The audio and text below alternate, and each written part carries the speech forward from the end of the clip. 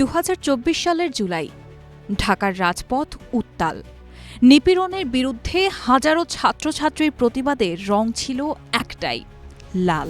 সেই আন্দোলনে একটি প্রতীক হয়ে ওঠে ফেসবুক প্রোফাইলের লাল ব্যাজ। তবে এক বছর পর ২০২৫ সালের জুলাইয়ে এসে এই লাল ব্যাজের ধারণা কার ছিল তা নিয়ে শুরু হয়েছে তীব্র বিতর্ক।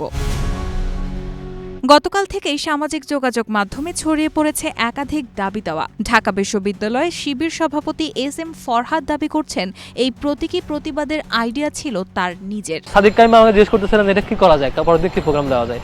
পরে ভাইকে হঠাৎ ভাবলাম, তো আমার মাথায় আসলো যে ভাইকে বলি যে ভাই তাহলে কালকে আমরা প্রোগ্রাম দিই পাল্টা, ওরা যেহেতু কালো দিয়েছে আমরা লাল দিই। প্রেস রিলিজ রেডি করে আমাদের মহিউদ্দিন ভাই সহ সাদিক ভাইয়ের সমন্বয় করে এটা চূড়ান্ত করে সমন্বয় দিকে পাঠায়, তাদের মাধ্যমে এটা অ্যানাউন্স হলো। অন্যদিকে আরেকটি দাবি আসে, লাল ব্যাজ ধারণের চিন্তা আসে ছাত্রদলের কেন্দ্রীয় সেক্রেটারি নাসির উদ্দিন থেকে।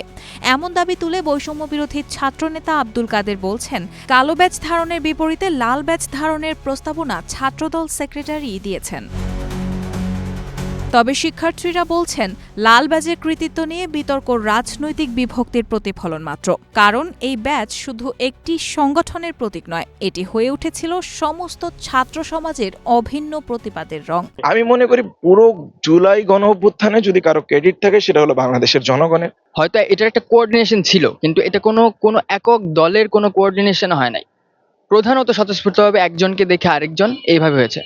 লাল ব্যাজ কে প্রথম এনেছে সেই বিতর্কের গুরুত্ব থাকতে পারে ইতিহাসের জন্য, কিন্তু আন্দোলনের আসল সাফল্য ছিল এক রঙে, এক লক্ষ্যে সবাইকে একতাবদ্ধ করা।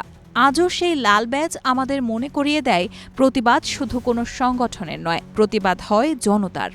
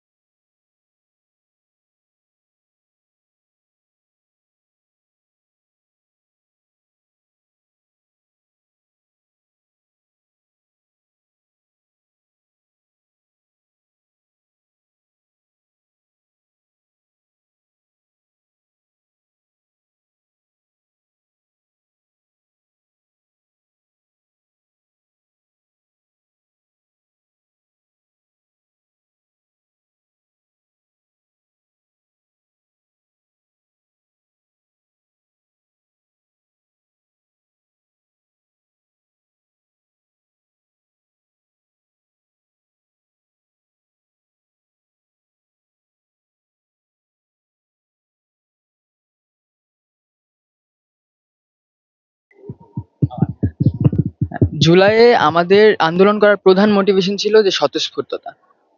একদম সবাই স্বতঃস্ফূর্তভাবে আন্দোলন করেছে, এই হিসাবে যে দেশে যা হচ্ছে সেটা মেনে নেওয়ার মতো ছিল না। তো এই যে লাল সরকারের বলা যে কালো ব্যাজ ধারণ করার শোক, তাদের যে প্রহসনের শোক, এইটা একদম স্বতঃস্ফূর্তভাবে সবাই আস্তে আস্তে।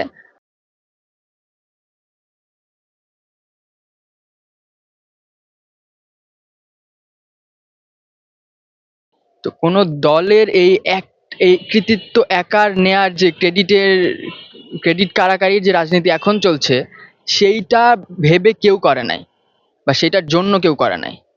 মানে আপনি বলতে চাচ্ছেন যে এই সিদ্ধান্ত নেওয়ার আগে সব রাজনৈতিক দল সব ছাত্রদের সঙ্গে পরামর্শ করে করা হয়েছে। এটা কোনোভাবে এটা তো কেউ আগে থেকে ভেবে করে না, অতটুকু প্ল্যান না। অ্যাটলিস্ট সাধারণ ছাত্র যারা ছিল তাদের কাছে হয়তো উপরের দিক থেকে কোনো একটা প্ল্যান হতে পারে, কিন্তু সাধারণ শিক্ষার্থীদের জন্য এটা ছিল একটা ইউনিটির ডাক, যে আচ্ছা সরকার যে প্রহসন করছে সেইটার বিরুদ্ধে একটা তোড়জোড় দরকার। সেই জন্যে স্বতঃস্ফূর্তভাবে এটা হয়েছে। তো এটা কোনো রাজনৈতিক নেতা আমাদেরকে বলে দেয় নাই, আমরা নিজে থেকে করেছি।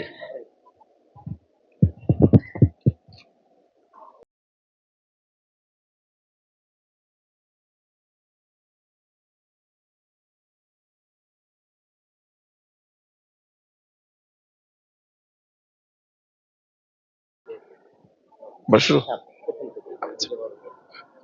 আমরা প্রোফাইল লাল করার আন্দোলনের সময় প্রোফাইল লাল করার যে বিষয়টা নিয়ে ফেসবুক সহ সামাজিক যোগাযোগ মাধ্যমে যে কাদা ছোড়াছুড়ি দেখতে পেয়েছি বা দেখতে পাচ্ছি এখনো বর্তমানে যেটা রয়েছে, সেটা কিন্তু শুরু হয়েছে ছাত্র শিবিরের এক নেতার দাবি করার মাধ্যমে যে তাদের প্রেসক্রিপশনে প্রোফাইল লাল করা হয়েছে। তারই পাল্টা পাল্টা জবাব হিসেবে আমরা দেখেছি আব্দুল কাদেরের পোস্ট। আব্দুল কাদেরের পোস্টের মধ্যে আমরা যেটা যেটা জানতে পেরেছি যে ছাত্রদল নেতা এবং ছাত্রদলের সাধারণ সম্পাদক নাসিরউদ্দিন নাসিরের পরামর্শে তারা এই কর্মসূচি ঘোষণা করেছে। প্রোফাইল লাল করা সহ লাল কাপড় বেঁধে যে প্রতিবাদ জানানো, আওয়ামী লীগের কালো কাপড়ের বিপরীতে যে প্রতিবাদ জানানো, সেটা ছাত্রদলের একটা পরামর্শে তারা এই কর্মসূচি ঘোষণা করেছে। এই ক্ষেত্রে আমরা যেটা দেখি যে আব্দুল কাদের কিন্তু ছাত্রদলের কেউ না, ছাত্রদলের কোনো পোস্টেড নেতাও না এবং ছাত্রদলের সাথে সে কোনোদিন সম্পৃক্তও ছিল না। সে বরাবরই ছাত্রদলের বিপরীত একটি সংগঠনের সাথে, বর্তমানে এনসিপি ছাত্র সংগঠনের সাথে সে সম্পৃক্ত। তো আন্দোলনের একটা বড় একটা মুখ ছিল আব্দুল কাদের। তো আব্দুল কাদের এই যে পোস্ট, সেই পোস্টের মাধ্যমে কিন্তু একটা নিরপেক্ষ ভাবে আমরা জানতে পেরেছি যে আসলে মূল ঘটনাটা কি। দেখেন এখানে যে কথা কাদা কাদা ছোড়াছুড়ি বা কথা কাটাকাটি হচ্ছে, সেটা কিন্তু একটা বড় অংশ দাবি করছে যে নাসিরউদ্দিন নাসির সে কেন তার ফেসবুক প্রোফাইল লাল করেনি। এখন আমরা কিন্তু দেখতে পাই যে শিবিরের যারা নেতা ছিল এস এম ফরহাদ বা সাদিক কায়ুম, যাদেরকে ওই আন্দোলনের শিবিরের পক্ষ থেকে বলা হচ্ছে যে তারা যোগাযোগ মেনটেন করেছে, তাদের কারো প্রোফাইলে কিন্তু আমরা লাল দেখিনি। এবং সবচেয়ে বড় কথা, নাসিরউদ্দিন নাসির ভাইয়ের প্রোফাইল কিন্তু ভেরিফাইড করা, এবং ভেরিফাইড কোনো প্রোফাইলে প্রোফাইল চেঞ্জ করাটা কিন্তু খুবই টাফ। আপনারা এটা ক্রস চেক করে দেখতে পারেন। কিন্তু আমরা এবং তৎকালীন সময়ে আমাদের তার নাসিরউদ্দিন নাসির ভাইয়ের যে ছাত্রদলের যে কর্মীরা, তারা বিভিন্ন আন্দোলনে সংগ্রামে ব্যস্ত এবং নানা তাদের উপরে যে চাপ ছিল, পুলিশ সহ বিভিন্ন গোয়েন্দা সংস্থার যে চাপ ছিল, আমার কাছে মনে হয় না এটা খুবই যৌক্তিক একটা প্রশ্ন যে নাসিরউদ্দিন নাসির ভাই তখন কেন ফেসবুক প্রোফাইল লাল করেনি। বরং আমরা এটা তাদের সরব উপস্থিতি আমরা রাজপথে দেখেছি। আন্দোলনের প্রত্যেকটা মুহূর্তে ছাত্রদল সহ ছাত্রদলের কেন্দ্রীয় প্রত্যেকটা নেতাকে আমরা রাজপথে দেখেছি, তাদের আন্দোলনের সর্বোচ্চ ভূমিকা পালনে আমরা দেখেছি। আচ্ছা, আমার আরেকটা প্রশ্ন হচ্ছে এই যে লাল করার বিষয়টি, এটি কি মানে দুইটি ছাত্রদল তাদের যে ক্রেডিট এটি নেওয়ার জন্য করছে, নাকি আপনারা যারা আন্দোলনের সঙ্গে সম্পৃক্ত ছিলেন সবার আলোচনার সমন্বয় হয়েছে? এই বিষয়টা আমাকে একটু ক্লিয়ার করুন। আচ্ছা, ধন্যবাদ। দেখেন ওই সময়ে এমন একটা পরিস্থিতি ছিল যে তখন ছাত্র সমন্বয়ক যারা ছিল তাদেরও এমন একটা কোণঠাসা অবস্থা ছিল। পুলিশ সহ ডিবি সহ সকলেরই কিন্তু তাদের উপরে একটা ব্যাপক নজরদারি ছিল এবং তারা তখন কিন্তু একটা সমন্বয়ের মাধ্যমে কিন্তু আন্দোলনটা সম্পৃক্ত হইতো। ফ্যাসিবাদ বিরোধী প্রত্যেকটা রাজনৈতিক সংগঠনের সাথে কিন্তু তাদের একটা সমন্বয় করতে হয়েছে এবং ছাত্র দল বলেন, ছাত্র শিবির বলেন, সবার সাথেই কিন্তু তারা পরামর্শ করে কর্মসূচি গুলো ঘোষণা করেছে। তো সেই প্রেক্ষাপটে আমরা দেখি এখানে আমরা কিন্তু নাসির ভাইকে এই নিয়ে কোনো পোস্ট এখন পর্যন্ত দেখিনি। আমরা দেখেছি যে আব্দুল কাদের যে ছাত্রদলের সাথে সম্পৃক্ত নয়, কিন্তু আন্দোলনে একটি বড় ভূমিকা সে পালন করেছে এবং ৯ দফার ঘোষণার ক্ষেত্রে যেটা আমাদের আন্দোলনে একটা বড় ধরনের পরিবর্তন এর দিকে নিয়ে গেছে, সেখানে কিন্তু আব্দুল কাদের একটা ব্যাপক ভূমিকা ছিল।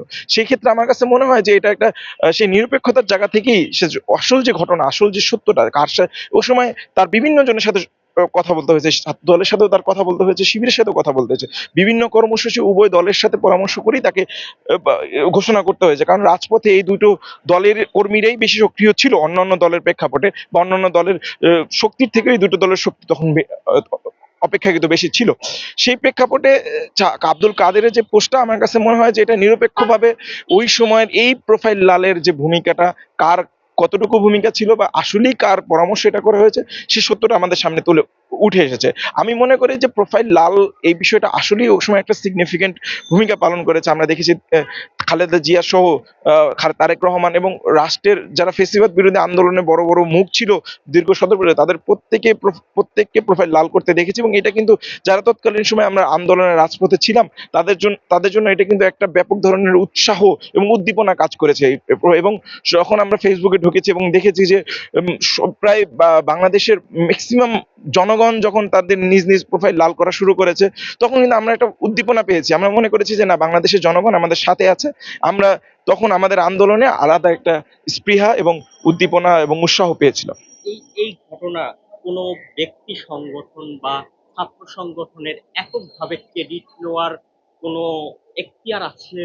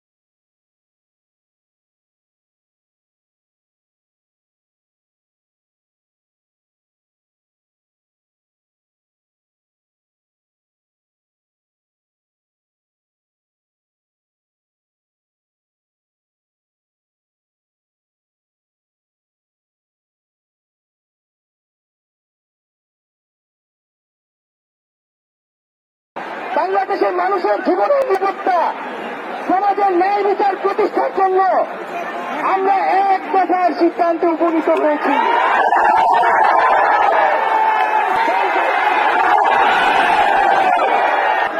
এই যে খুন, লুটপাট, দুর্নীতি এই দেশে হয়েছে, তার বিচার হতে হবে। আমরা পদত্যাগ দিয়ে তাকে কোনো এক্সিট দিতে চাই না।